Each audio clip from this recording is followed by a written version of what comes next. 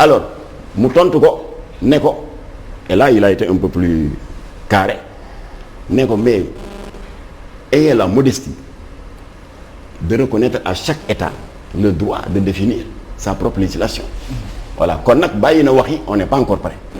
waaye doyul il faut que le peuple sénégalais prenne en charge ce combat Macky Sall kenn du ko bàyyee combat bi seul mënu ko parce que dafa dajeek ay borom doole te ñooñu bu ñu xamee ne le chef de l'État est isolé ñu sacrifier réew mi wax naa leen kaaw kii nu mu tuddati François Bozizé bu Centrafrique parce que pays africains yi ñu wër ñu ngi daganal Cap-Vert ku ko mënoon imaginer mu ngi fii à 2 pas du Sénégal dagan nañ lañ ko fa Gabon dagan nañ la ko le 30 juin 2020 bii. récépissé yi laa bëggoon mu ñëw. alors léegi nag na un état nan ngay amee la voie la plus autorisée muy le chef de l'État jàkkaarloog Obama gàntal ko à sa façon bien que wax naa ne léegi d'accord ñu ci formulation bi. oui jàkkaarloog iTélé Audrey Pulvar gàntal ko jàkkaarloog Franck Simonet gàntal ko. jàkkaarloog le premier ministre canadien qui est le porte-parole des mouvements LGBT de toute l'Amérique du Nord. chaque fois bu màggal amee mooy seen gay pride yooyu mooy nekk ci sàppe yu jëkk ya jël naa photo bi yëpp yónnee naa ko à toute la presse amul kenn ci presse bi ku mën a wax ne jotuma ko nga gàntal ko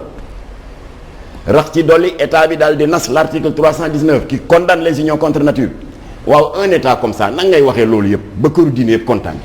ñi bëgg lu baax yëpp kontaan ndax lu bon lii nga xam ne ngor bu ko diine boo ko ñëpp a kontaan ce même état jaar ci suuf naan góor jigéen kaay leen jël seen i lijaasa daal di jël ay récépissé jox leen c'est contradictoire ba ma ko waxee nag di ko waxaat ci plateau yeeg rajo yi ministre de l'intérieur nag convoqué ma Aly Ngouille Ndiaye la woon man demandé wu ma audience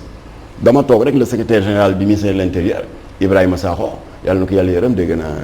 génn àdduna taxele monsieur Guèye ma ne waaw mu ne bon le ministre de l'intérieur Aly Ngouille Ndiaye souhaitait vous rencontrer parce que daal yaa ngi wax ci télé yeeg médias yi que ñun état ñoo jox góor jigéen yi ay récépissé mu bëggoon ngeen waxtaan si ma ne ko loolu sawar naa ci ñun sax ñu doon waaj a seet ni ñu mën def ba jokkoo ak moom parce que lii c'est anormal alors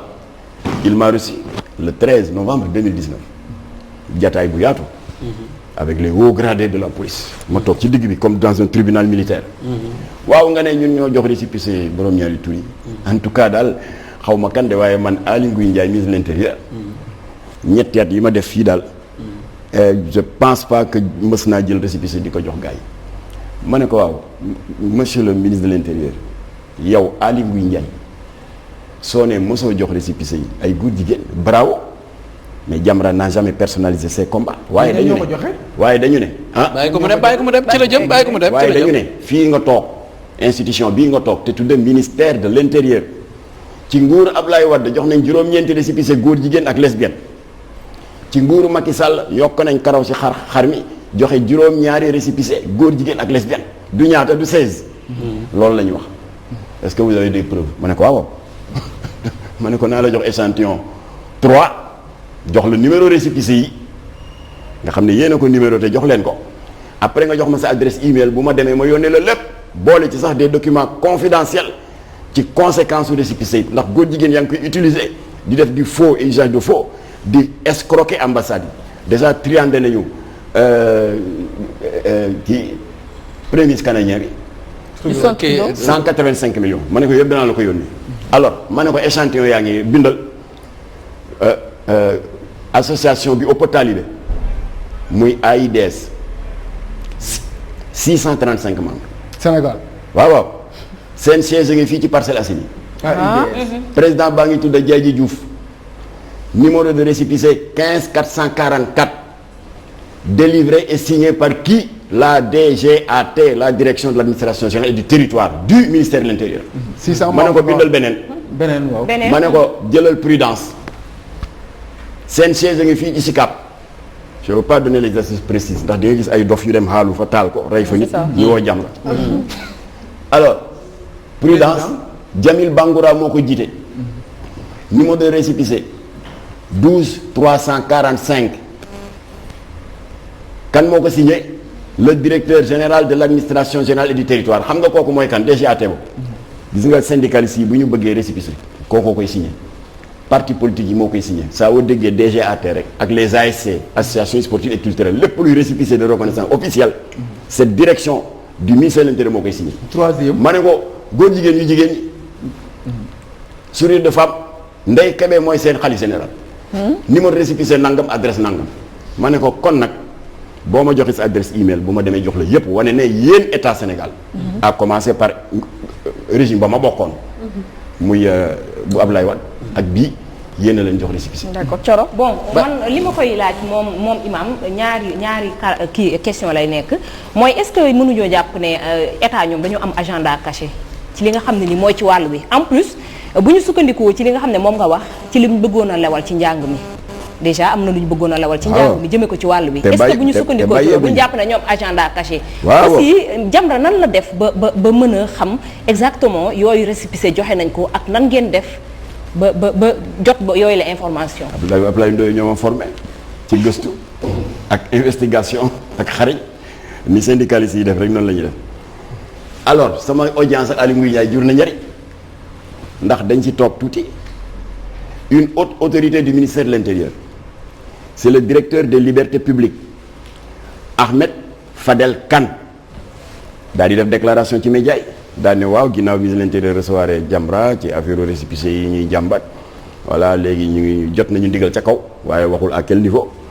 pour que ñu ubbi ab l'enquête pour xam ku leen ko jox ak ci yan condition lañ leen ko joxe léegi ñun ñu ngi leen di may bët et j'en profite pour relancer Antoine Félix Diome dossier baa nga ca yow bëgg nañu xam fu mu mujj. parce que dañoo di ngeen ubbi enquête alors récépissé yi nag benn conséquence rek laa leen ciy jox benn conséquence la moo di déjà ñoom te Aly Ngouille Ndiaye wax na ko daf ma ne waaw xam nga sax bi mu nangoo ne récépissé am na. parce que jox naa ko ay preuve ay numéro mu ne waaw mais xam nga aussi ñun ku ñëw ne da ngay demander récépissé de reconnaissance officielle dañuy def enquête a priori ak yooyu ma ne ko waa mais nga baal ma monsieur le ministre yéen a ngi def enquête a priori je suis d'accord waaye li manqué ci seen procédure mooy enquête a posteriori mooy pour xam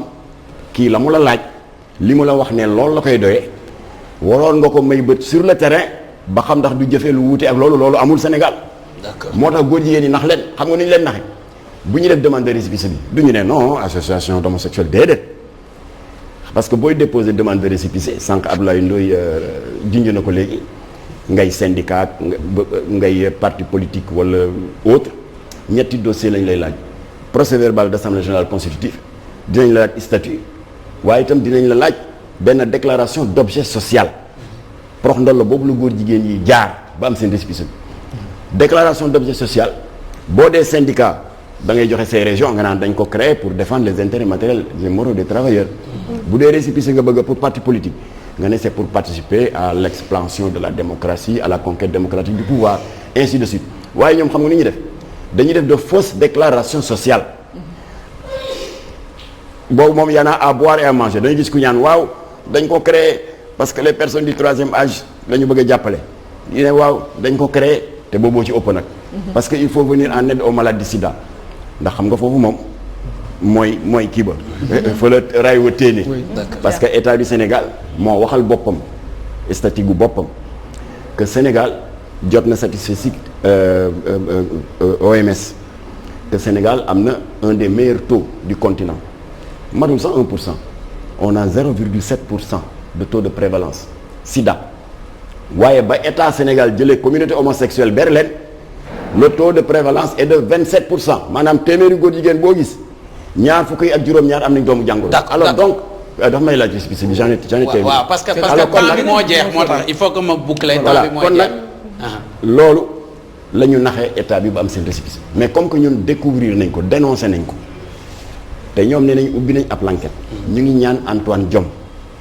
loolu ñu jot comme instruction d'en haut comme ils ont dit nañ ko finaliser parce que bu ñu ko deful mooy conséquence bi ma leen di wax dañuy fob récépissé yi di triander ndax ambassade de Canada xam na li may wax ndax ñoom débloqué nañ 185 millions jox ko góor jigéen yi ñu séddu ñun bañuñu institution étrangère institution diplomatique di dimbali jeunes yi ndóol gi dafa metti chômage yu bàyyi nous sommes d'accord waaye defin bi moo ñaaw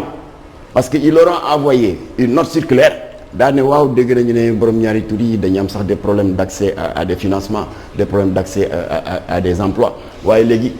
c'est réglé ñun Canada réglé nañ ko parce que créé nañ le FCIL le Fonds canadien d'initiative locale kon nag yéen góor jigéen ñi ku ci amati projet nga envoyé ñu ko dina am commission bu koy saytu si c'est créé ñu financé ko loolu moo ñaaw dafay nekk un coup d'œil malsain parce que yow Ablaye sa doom wala sa jarbaat man noonu keneen noonu mën na ne waa man depuis tant d'années maa ngi wut financement aw ma ko depuis tant d'années maa ngi wut visa ñu di ma ko xañ te ambassade bi nee na ku bokk ci kuréelu góor jigéen ñi ñu financé la tey maa dem bokk ci c'est ça le danger. d'accord léegi il faut que ñu kii parce que temps bi jeex na Aliou Sow on te laisse poser une question Fabel sa question bi ma ajoon ci Ablaye Ndoye nga ñëw ci on boucle parce que temps bi jeex na vas-y. Non, c'est plus une question si ça concerne donc Mame Mactar Gueye je crois que il a li mu wax leer na nañ